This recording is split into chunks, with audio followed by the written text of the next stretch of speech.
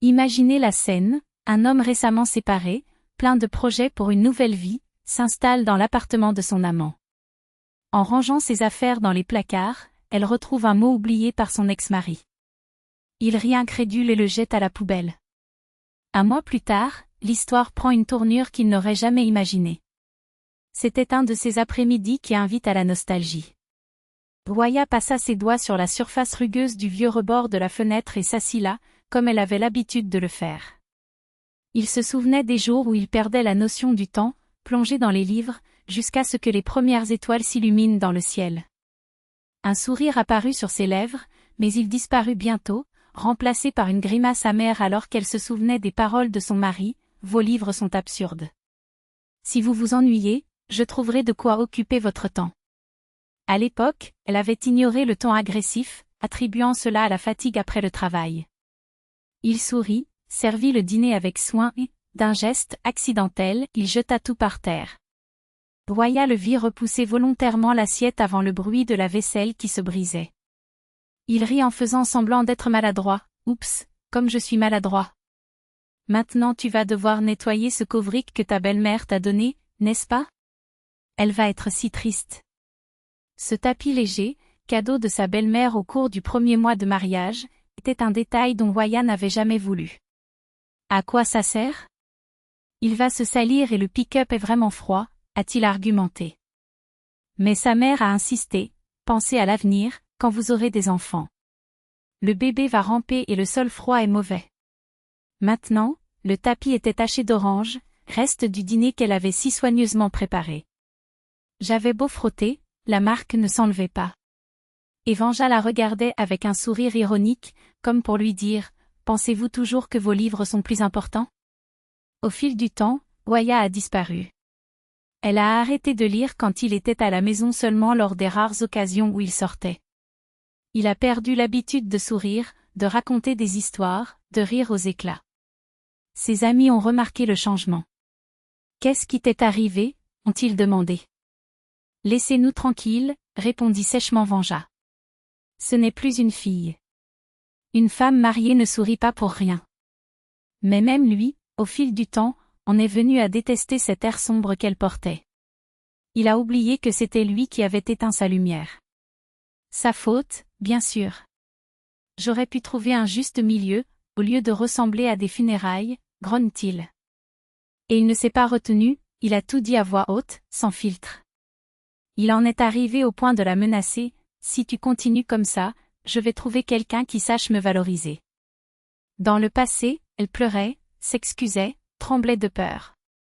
Cette fois, il hocha simplement la tête, avec indifférence. D'accord.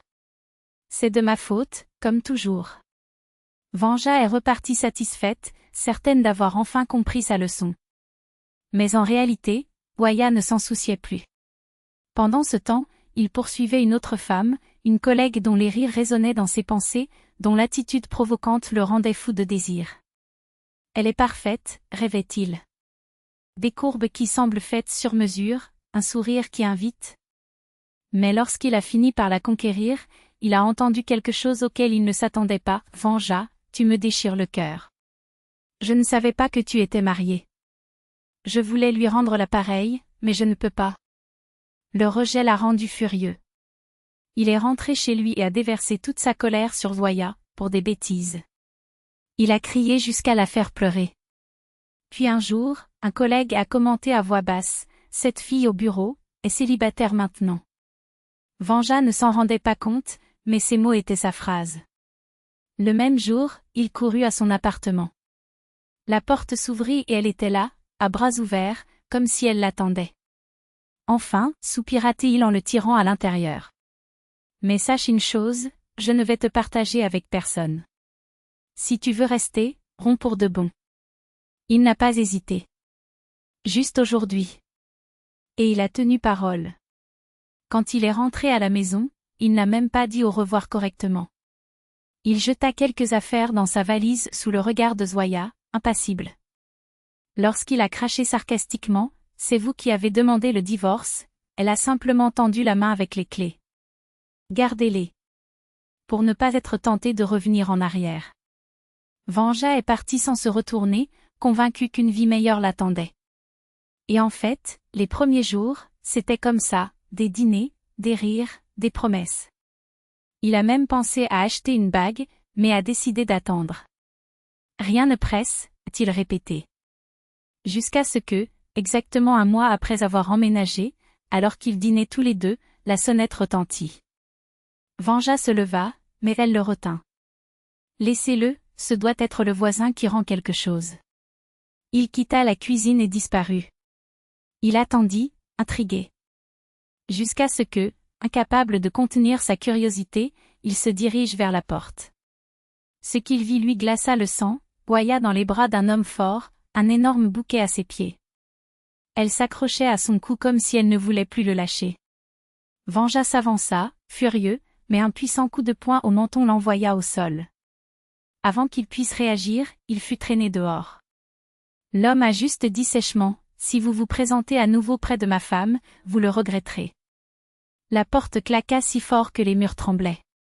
Abasourdi, Vanja a tenté d'appeler et d'envoyer des messages exigeant des explications. La réponse fut courte et définitive, « Je suis désolée. Vous avez fait une erreur. J'aime mon mari. » Il a crié contre la porte fermée, la maudissant. Il s'assit sur un banc dans la rue, perdu. Et maintenant? Où aller? La voix elle-même répondit, pour ta mère, prie. Mais quand je suis arrivée sur place, l'accueil a été froid. Qu'est-ce que tu veux ici? Demanda-t-elle en bloquant l'entrée. Laisse-moi entrer, maman, supplia-t-il, avec une honte qu'il n'avait jamais ressentie auparavant. La porte est restée fermée. Je ne suis plus une enfant pour venir ici et résoudre mes problèmes à vos dépens, cracha-t-elle, comme si ses mots étaient des couteaux. Si vous ne pouviez pas le gérer avec Voya, maintenant vous pouvez le gérer seul. Il se redressa, son cœur battant plus vite. Voya. Bien sûr, elle l'accueillerait. Après tout, seulement un mois s'était écoulé depuis leur séparation. Et les sentiments ne se déclenchent pas comme un interrupteur. Elle l'avait aimé, pris soin de lui, construit une vie ensemble. Je lui pardonnerai certainement. Mais la porte qui s'ouvrit ne révéla pas le visage familier de Zoya, mais plutôt le regard méfiant d'un inconnu. « Vous cherchez quelqu'un » a demandé la femme en ne regardant que du bout de son nez, comme s'il était une menace. « Appelle Voya. Elle m'attend. » La réponse fut un rire sec, « Personne ici ne t'attend. » Et Zoya? Elle a emménagé il y a des semaines. Si elle ne part pas, j'appellerai mon mari. La porte lui claqua une nouvelle fois au nez. Cette fois, il n'y avait pas de mendicité. Il descendit les escaliers comme un homme vaincu, ses doigts tremblants composant son numéro. L'abonné n'est pas disponible. Plus tard, j'ai appris que Zoya avait quitté la ville peu après le divorce. Et ce n'est pas tout, des rumeurs disaient qu'elle se remarierait avec un collègue. Pendant ce temps, Liuba se promenait dans le bureau avec son sourire radieux, mais aucun regard n'était dirigé vers lui. L'ex-femme? Disparue. La mère? Xébet ne lui pardonnerait jamais d'avoir trahi la belle-fille qu'il aimait tant. La porte est restée fermée pour toujours. Il lui suffisait de louer une petite chambre et de vivre comme un célibataire amer. Personne ne préparait sa nourriture, personne ne lavait ses vêtements. Les nuits étaient longues, le silence était une punition. Si seulement le temps pouvait être remonté. Il lui pardonnerait ses vices, ses cigarettes, ses nuits blanches, tout à condition qu'elle recommence à réparer ses chemises, à réchauffer son assiette, à murmurer son nom comme avant. Je n'aurais jamais regardé Liuba, ce serpent au faux sourire. Je n'aurais jamais signé ses papiers, abandonné cet appartement douillet, où chaque recoin sentait la maison. Mais le temps ne revient pas. Et la vie qu'il a perdue dans un moment de faiblesse? Pas celui-ci non plus.